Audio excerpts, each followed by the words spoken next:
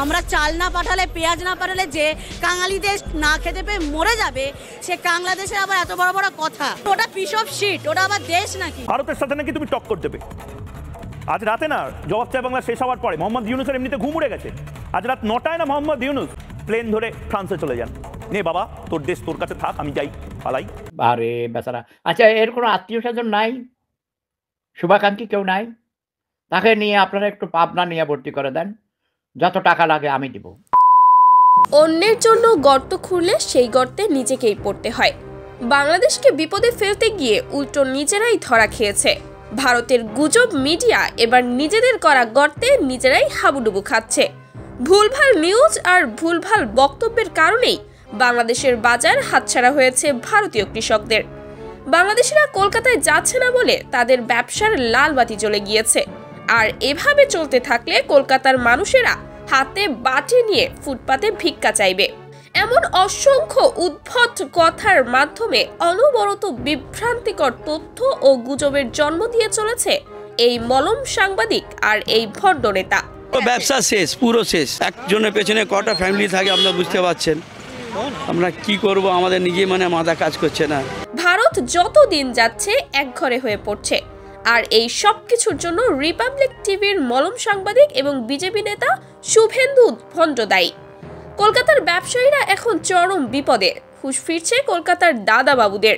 তারা এখন বুঝতে পারছে বাংলাদেশের মানুষদের ছাড়া তারা চলতে পারবে না। নাকে খত দিয়ে বাংলাদেশের কাছে ক্ষমা চাচ্ছে তারা। শুভেন্দু অধিকারী আর ময়ূখ রঞ্জনকে নিয়ে দাদা বাবুরা এখন জুতা পেটা করছে। কলকাতার ব্যবসা এখন ধ্বংসের পথে। ভারত দম্ভ দেখিয়ে বাংলাদেশকে শিক্ষা দিতে চেয়েছিল, কিন্তু উল্টো তারা নিজেরাই শিক্ষা পেয়েছে। এখন কলকাতার বাজার ফাঁকা, হাসপাতাল ফাঁকা, পর্যটক শূন্য, ভারতের অর্থনীতি ধ্বংসের মুখে। রাজ্যে আলু চাষিরা এবং পেঁয়াজ চাষিরা ভয়ঙ্কর সংকটের মধ্যে আছে। নিউ মার্কেট থেকে শুরু করে বিভিন্ন ব্যবসায়িক এলাকা খালি পড়ে আছে, কারণ বাংলাদেশের পর্যটকদের অভাব। শেখ হাসিনা চলে যাওয়ার পর মোদী সরকার যে প্রোপাগান্ডা দিয়ে বাংলাদেশের সাথে সম্পর্ক নষ্ট করতে চেয়েছিল, তা এখন ভারতের জন্য বিষ ফোড়া হয়ে দাঁড়িয়েছে। বাংলাদেশি পর্যটকদের অভাবে ভারতের অর্থনীতি বিপর্যস্ত। তাদের হাসপাতাল, হোটেল, এমনকি কৃষি খাত ধ্বংসের পথে। কৃষি বিল পাশ করানো হয়েছে।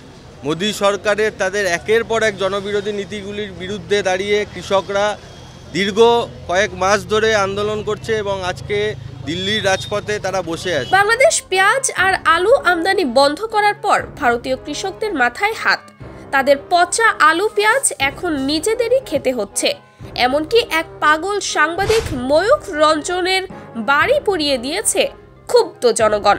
তার বাড়ি পাবলিক টয়লেট বানানোর দাবি তুলেছে তারা। এটা তো মানে স্বৈরাচারদের মতন বিহেভিয়ার চলছে। আমরা এখানে একটা শান্তিপূর্ণ প্রোটেস্ট করতে এসেছি, এখানে দাঁড়িয়ে আমাদেরকে মেয়েদেরকে পর্যন্ত হাত ধরে ভ্যানে তুলে দেওয়া হচ্ছে। আর এটাও বলা হচ্ছে যে উঠে পড়ুন, পরে ছেড়ে দেবো। এটাকে কেঁচু ধরে মানুষ নিয়ে যাওয়া হচ্ছে। আপনাকে কি সরকারকে দেখাতে হবে যে কতটা মানুষ আপনি নিয়ে যেতে পেরেছেন? ভারত এখন বুঝতে পেরেছে বাংলাদেশের সাথে শত্রুতা বাড়িয়ে তারা নিজেদের পায়ে নিজেরাই কুড়াল মেরেছে। তাদের উচিত সম্পর্ক ঠিক করার দিকে মনোযোগ দেওয়া, কিন্তু কিছু পাগলা রাজনীতিবিদ এখনো বোঝার চেষ্টা করছে না। সালারপুর হিন্দু রাজাকার ব্যবসার ভরা বাঙালিদেরকে অসম্মান করে কথা বলেছে। অন্যদিকে বাংলাদেশ মোটামুটি স্বস্তিতে রয়েছে। নিজেদের উৎপাদিত পণ্যের সাথে আলু ও পেঁয়াজের মতো সবজি আমদানিতে একক উৎস দেশের ওপর নির্ভর না করে বিকল্প দেশ থেকেও আমদানি করছে বাংলাদেশ। বন্ধুরা, আপনাদের কি মনে হয় এই ভণ্ড নেতা আর এই মলম সাংবাদিকের বক্তব্য এবং এদের কর্মকাণ্ড নিয়ে? আপনাদের মতামত কি তা অবশ্যই কমেন্ট বক্সে জানাতে ভুলবেন না কিন্তু।